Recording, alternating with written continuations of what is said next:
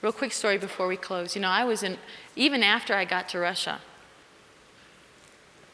the Lord asked me, he said, how long will you give Russia?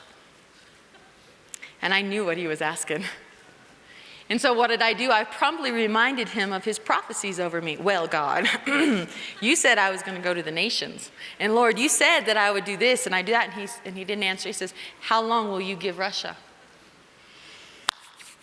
I said, so I prayed about it and I wrestled with it in my heart.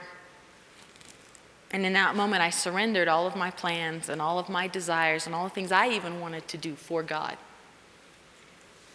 I said, Lord, if you want me to be in Russia for the rest of my life, I will.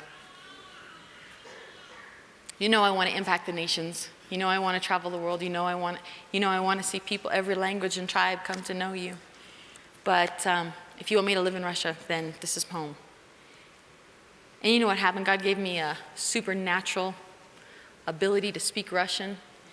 I got a photographic memory. And I began to speak Russian. It was even within that week I came into school and students were like, when did you start speaking Russian? I was like, I don't know. This is awesome. And 3 years later, I would say almost 4 years later, after Murmansk and after being in St. Petersburg, and we had planted a church and established a church, and we were doing Bible school, and we moved from day school to night school. And when we did that, we tripled in our numbers of students, and all of a sudden we had over 28 different nations within our Bible school.